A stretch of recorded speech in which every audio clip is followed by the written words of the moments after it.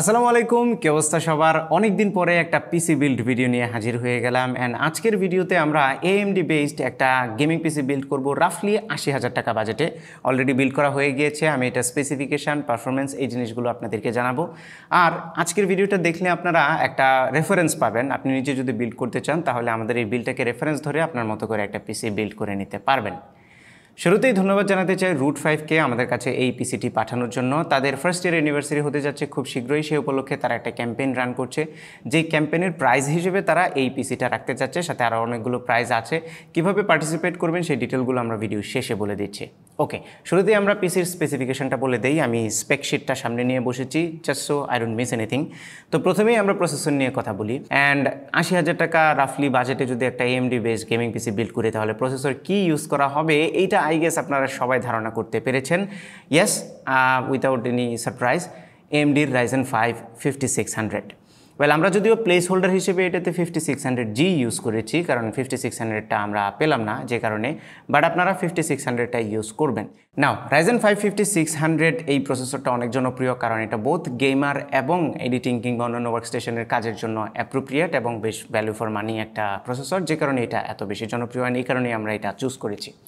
Next আমরা চলে আসি মাদারবোর্ডে। অ্যান্ড মাদারবোর্ডটা বেশ ইন্টারেস্টিং। সেটা হচ্ছে অ্যাজরকের B450M স্টিল লেজেন্ড একটা Micro-ATX বোর্ড। এখন অনেকেই বলতে পারেন যে এখানে রেগুলার ATX বোর্ডই আমরা নিতে পারতাম। ওয়েল, রেগুলার ATX বোর্ড নিলে আমাদের কয়েক হাজার টাকা প্রাইস একটু বেড়ে যেত, ২০০০ টাকার মতো। বাট আমরা Micro-ATX নেওয়াতে কী কী জিনিস স্যাক্রিফাইস করতে হচ্ছে সেগুলো আপনাদেরকে একটু বলে দিই, যেন আপনারও ইজি হয়ে যায় বুঝতে। প্রথমত, Micro-ATX বোর্ডটা সাইজে একটু ছোট, যার ফলে আমাদের এই বিশাল মিড টাওয়ার কেসের মধ্যে এক কর্নারে পড়ে আছে, যেটা দেখতে অতটা এস্থেটিক লাগছে না। বাট আমার মনে হয় কয়েক হাজার টাকা প্রাইস সেভ করে যদি এস্থেটিকের দিকে একটু না যাই, তারপরেও কিন্তু আমার মতে ইটস ওয়ার্থ। পাশাপাশি এইটাতে VRM-এর পরিমাণ একটু কম, মানে VRM-টা অতটা হাই পারফর্মিং হবে না, যার ফলে আপনি ওভারক্লকিং এটাতে খুব একটা বেশি করতে পারবেন না। পাশাপাশি এটাতে PCIe স্লটও কম আছে। সো আপনি যদি ফিউচারে মাল্টি জিপিইউ বিল্ড করতে চান, আই ডোন্ট থিঙ্ক এই টাইপের বিল্ডে কেউ মাল্টি জিপিইউ ইউজ করে। পাশাপাশি আপনি যদি অন্য এক্সটার্নাল কোনো কার্ড লাগাতে চান, সেই সুযোগটা এটাতে কম থাকবে। সো এই বিষয়গুলো যদি আপনার প্রায়োরিটি না হয় তাহলে Micro-ATX বোর্ডে এর বেশি আর তেমন কিছু আপনাকে স্যাক্রিফাইস করতে হবে না। আপনি কয়েক হাজার টাকা বাঁচিয়ে যদি এই জিনিসগুলো বাদ দিতে পারেন তাহলে আমার মনে হয় Micro-ATX বোর্ডও খারাপ চয়েস না। ওকে, নেক্সট আমরা চলে আসি র্যাম আমরা ইউজ করেছি Corsair Vengeance RGB, নন RGB যে র্যামগুলো, এটাতে কোনো RGB নেই। এখানেও আমরা কিছুটা কস্ট কাট করেছি। এটা হচ্ছে 8GB করে 2টা stick, total 16GB 3200 mAh RAM. এখানে RGB না নেওয়ার পেছনে রিজন একটাই, বিকজ RGBর ফলে কিন্তু FPS বাড়ে না। সো যদি প্রাইস বাঁচিয়ে ভালো অন্য জায়গাতে আপনি ইনভেস্ট করতে পারেন, আই থিঙ্ক সেটাই লজিক্যাল হবে। ওকে, ফাইনালি চলে আসি আমরা কার্ডে। গ্রাফিক্স কার্ডটার জায়গায় আমার কিছু কথা আছে। কারণ হচ্ছে প্রথমত এই বিল্ডটা যেহেতু রুট 5 সাজেস্ট করেছে এবং তারা তাদের যে উইনার হবে সেই উইনারকে এইটা প্রোভাইড করবে, যে কারণে তারা এই বিল্ডটা এইভাবে বিল্ড করেছে বলতে তারা আমাকে পার্স পাঠিয়েছে, আমি বিল্ড করেছি। বাট আমার সাজেশন এখানে ছিল 1050 Ti কার্ড ইউজ করা হয়েছে এখানে Asusের। আমার মনে হয়েছে এখানে এই সময় এসে 1050 Tiটা না ইউজ করে সিমিলার বাজেটে আমরা যদি 1650 ইউজ করতাম তাহলে কিন্তু আরেকটু বেটার পারফরমেন্স পেতাম গেমিংয়ে। ওয়েল, 1650টার প্রাইস কিন্তু এটা থেকে কিছু কিছু ব্র্যান্ডে 1-2 হাজার টাকা বেশি, আবার কিছু কিছু ব্র্যান্ডে প্রায় বলবো, কারণ হচ্ছে 500-600 এরকম টাকার ডিফারেন্সেস আছে। যদি একটু লেস পপুলার নন ব্র্যান্ডেড নেন তাহলে একটু কম দামে আপনারা পেয়ে যাবেন। তারপরেও এই টাইপের বিলটা আমার মনে হয় আর 1000 টাকার জন্য 1000-2000 টাকা একটু বেশি দিয়ে আপনি যদি 10-15-20 FPS পর্যন্ত গেমে বেশি পান তাহলে আমার মনে হয় যে 1650টাই বেটার চয়েস। বাট স্টিল আপনি যদি বাজেট অনেক বেশি কাট করতে চান তাহলে 1050 Ti is also a good choice for gaming. আমরা পারফরমেন্স টেস্টে গিয়ে ডিটেলে আলোচনা করব। এবং এই কার্ডটা Asusের যেহেতু, এটার পেছনে হচ্ছে পোর্টস আমার কাছে ইন্টারেস্টিং লেগেছে। এটার পেছনে ডিসপ্লে পোর্ট আছে এবং HDMI আছে। আমি অনেক কার্ডে দেখেছি 1050 Tiতে স্পেশালি ডিসপ্লে পোর্টটা থাকে না। ওকে, আমরা এবার নেক্সট যে পার্টস আছে সেটাতে চলে যাই, মানে স্টোরেজের বেলা এটাতে আমরা 256GB NVMe SSD ইউজ করেছি। এটা লেক্সারের, আপনি যে কোনোটা ইউজ করতে পারেন, সমস্যা নেই। তবে আপনি চাইলে এখানে 512GBও লাগাতে পারেন যদি প্রাইসটা একটু বাড়াতে পারেন, কারণ গেমগুলো যদি আপনি SSDতে ইনস্টল করেন তাহলে লোড টাইমটা একটু কম হবে। অথবা আমরা এখানে একটা হার্ড ডিস্কও ইউজ করেছি, তোশিবার 1TB একটা হার্ড ড্রাইভ। আপনি চাইলে হার্ড ড্রাইভটা না নিয়ে আপনি আরেকটা SATA SSD লাগিয়ে নিতে পারেন, সেটা থেকেও কিন্তু গেমটা অন্তত হার্ড ডিস্কের চাইতে বেটার লোড হবে। ওকে, এই ছিল স্টোরেজ। এবার আমরা পাওয়ার সাপ্লাইতে চলে আসি। পাওয়ার সাপ্লাইটা হচ্ছে থার্মালটেকের লাইট পাওয়ার 550 ওয়াটের একটা পাওয়ার সাপ্লাই। থার্মালটেকের পাওয়ার সাপ্লাই আমি নিজে ব্যক্তিগত পিসিতেও ইউজ করেছি। এখানে শুধু একটাই জিনিস আমার খারাপ লেগেছে, সেটা হচ্ছে এটার কেবলের কোয়ালিটিটা, কেবলের লুকটা আমার কাছে খুব একটা পছন্দ না। আপনি চাইলে এক্সট্রা কেবল কিনে নিয়ে এসে লাগাতে পারেন, নট সো গুড লুকিং যে কেবলগুলো আছে সেগুলো কেসের পেছনে আপনি লুকিয়ে রাখতে পারেন। তবে 550 ওয়াট পাওয়ার সাপ্লাই এটার জন্য এনাফ, হালকা একটু হেডরুমও থাকবে। ওকে, এবার চলে আসি আমরা কেসে। এই বিল্ডে কেসটা একটু হাই প্রাইসের ইউজ করা হয়েছে, আপনারা চাইলে এখানে প্রাইস কাট করতে পারেন। সো এইটা হচ্ছে ফ্যানটেকের একটা কেস, ফ্যানটেকের অ্যারো CG80, এবং এটা মিড টাওয়ার একটা কেস। সো এটার ভেতরে এনাফ স্পেস আছে, ভেন্টিলেশনের জন্য ভালো জায়গা আছে। সামনের দিকে 3টা ফ্যান আছে, পেছনের দিকে একটা এক্সস্ট ফ্যান আছে, এবং সবগুলো ফ্যানে 8GB লাইট আছে, যার ফলে অ্যাস্থেটিকটা একটু আপলিফট করে। বাট আমি বিশ্বাস করি অ্যাস্থেটিকের চাইতে পারফরমেন্সে ইনভেস্ট করাটাই বেটার। সেই সাথে এইটার সামনে, উপরে, পেছনে, নিচে সব জায়গাতেই ম্যাশ ইউজ করা হয়েছে, যার ফলে ডাস্ট একটু কম ঢুকবে এটার ভেতরে। এই জিনিসটা ভালো লেগেছে, এবং এটার কেবল ম্যানেজমেন্টও ভালো। এবং এটার সাইড প্যানেলটা হচ্ছে টেম্পার গ্লাসের, এটা কিন্তু অ্যাক্রিলিক না, হাই কোয়ালিটি টেম্পার গ্লাস এটাতে ইউজ করা হয়েছে, যার ফলে ভিজিবিলিটিটা বেশ ভালো হয়। সব কিছু মিলে এই কেসটা আমার পছন্দ হয়েছে অনেক। এই কেসটা যদি মাল্টিপল কালারে পাওয়া যায়, এটা ব্ল্যাক কালার, এটার হোয়াইট কালার একটা আছে, আর একটা দেখলাম আমি সম্ভবত পিঙ্ক কালার টাইপের এটা আছে। সো আপনি যে কোনো কালার চুজ করতে পারেন। যদি হোয়াইট অ্যাস্থেটিক আপনার পছন্দ হয় তাহলে ভেতরের জিনিসগুলো একটু হোয়াইট চুজ করে হোয়াইট কেসটা ইউজ করলে কিন্তু অনেক সুন্দর লাগবে। তো এই হচ্ছে মোটামুটি বিল্ড। এবার আমরা একটু পারফরমেন্সে চলে যাই, এবং পারফরমেন্সে যদি যাই তাহলে প্রথমেই আমি বলবো, আমি যেহেতু এটা গেমিংয়ের কথা মাথায় রেখে বিল্ড করা হয়েছে, সো গেমিং টেস্টটাই আমরা আগে করি। সো এটাতে আমি 2টা গেম ইনিশিয়ালি প্লে করেছি, একটা হচ্ছে সাইবারপাঙ্ক আর একটা হচ্ছে ব্যাটেলফিল্ড 5। সো শুরুতে আমরা ব্যাটেলফিল্ড 5 নিয়েই বলি।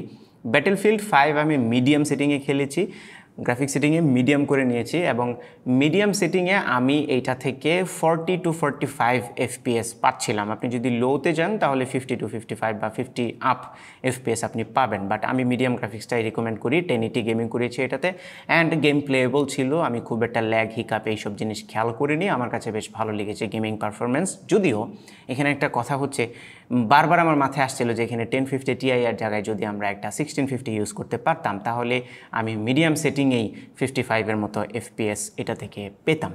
ওকে, এবার চলে আসি আমরা সাইবারপাঙ্কে। সাইবারপাঙ্কেও আমি মিডিয়াম সেটিংয়েই খেলেছি। সাইবারপাঙ্কে এফপিএসটা একটু বেশি পাচ্ছিলাম আমি, 47, 48 এই টাইপের এফপিএস পাচ্ছিলাম, মাঝে মাঝে 50ও টাচ করছিল, তবে অ্যাভারেজে 47 এফপিএসের মতো আমি পাচ্ছিলাম। অ্যান্ড সাইবারপাঙ্কেও আমি ল্যাগ দেখিনি, তবে গ্রাফিক্স 1080 ছিল এবং মিডিয়াম কোয়ালিটির। আমার মনে হয় এটাতেও যদি 1650 থাকতো তাহলে আমরা অলমোস্ট 60 এফপিএসের মতো এটাতে পেতাম মিডিয়াম সেটিংয়ে। তো এই দুইটা গেম যারা খেলার প্ল্যান করছেন তারা আমার মনে হয় তেমন কোনো সমস্যা ফেস করবেন না, ইভেন 1050 টিআইতেও আপনি খেলতে পারবেন। তবে আরেকটা গেম আমরা ট্রাই করেছি, সেটা হচ্ছে ভ্যালোরেন্ট। আমাদের স্টুডিওতে একজন প্রো প্লেয়ার আছে, সে হচ্ছে ভ্যালোরেন্ট খেলেছেন। ভ্যালোরেন্টে খুব হাই এফপিএস পাচ্ছিল, আমি স্ক্রিনে দিয়ে দেবো কত এফপিএস পাচ্ছিল সেটা। ভ্যালোরেন্ট টাইপের গেমগুলো খেলতে আমার মনে হয় না যে এই বিল্ডে আপনি কোনো সমস্যা ফেস করবেন।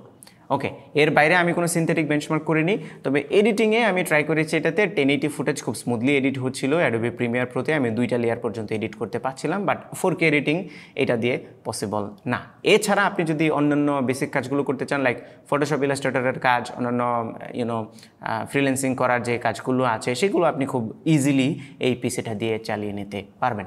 ওকে, এবার আমরা চলে আসি, যদি আপনি এই পিসিতে চেঞ্জ করতে চান কোনো কিছু, অন্ততপক্ষে আমি যদি কোনো কিছু চেঞ্জ করতে চাই এবং আরেকটু বাজেট বাড়িয়ে যদি আরও কিছু জিনিস অ্যাড করতে চাই, তাহলে কী কী জিনিস এটাতে আমি যুক্ত করতে পারি। আমি প্রথমেই এই বিল্ডে যে জিনিসটা চেঞ্জ করবো সেটা হচ্ছে গ্রাফিক্স কার্ডটা। এটাতে আমি 1650 লাগাবো। অ্যান্ড সেকেন্ড অফ অল, আমার মনে হয় আপনি যদি একটু হেভি গেমিং করতে চান আর যদি ওভারক্লকিংয়ের চিন্তা আপনার মাথায় থাকে, তাহলে Micro-ATX না নিয়ে একটা ATX বোর্ড নেবেন, পাশাপাশি একটা আফটার মার্কেট কুলার নিয়ে নেবেন। যদিও AMD স্টক কুলারগুলো কিন্তু অনেক ভালো, বাট স্টিল আপনি চাইলেই যদি একটু ওভারক্লক করেন তাহলে সিপিইউটাকে আর একটু কুল রাখার জন্য একটা আফটার মার্কেট কুলার, স্পেশালি এআইও যদি নিয়ে নেন তাহলে লুকটাও বেটার আসবে এবং ভালো পারফরমেন্সও আপনি পাবেন। এই কয়েকটা জিনিসই আমি এখান থেকে আপগ্রেড করার মতো দেখছি, এছাড়া তেমন কিছু আপগ্রেড করার মতো দেখছি না। যাই হোক, সো পারফরমেন্স নিয়ে আমি মোটামুটি হ্যাপি, শুধুমাত্র কার্ডটা আমাকে একটু বদার করছে, এছাড়া আমি মোটামুটি হ্যাপি। নাও ফাইনালি কয়েকটা কথা বলে শেষ করতে চাই, সেটা হচ্ছে অনেকেই বলতে পারেন যে সিমিলার কনফিগারেশনে আর একটু কম প্রাইসে এই পিসিটা বিল্ড করা possible. Yes, it is true. কিছু জায়গাতে আপনি চাইলেই প্রাইস কাট করতে পারেন, যেমন আপনি চাইলেই পাওয়ার সাপ্লাইটা হয়তো আরেকটু লেস পপুলার ব্র্যান্ডের নিয়ে একটু কম প্রাইসে নিতে পারেন। কেসটা আর একটু কম প্রাইসে নিতে পারেন। ইভেন আপনি কার্ড, মাদারবোর্ড এগুলো আর একটু নন পপুলার ব্র্যান্ড বা কম জনপ্রিয় যে ব্র্যান্ডগুলো আছে সেগুলো থেকে নিয়ে প্রাইস আপনি আর একটু কাট করতে পারেন। সেক্ষেত্রে আপনি হয়তো বিল্ড কোয়ালিটি এবং এস্থেটিকটা অত ভালো পাবেন না। সো এখানে দুইটা জিনিস, একটা ট্রেড অফ করে আপনাকে আরেকটা নিতে হবে।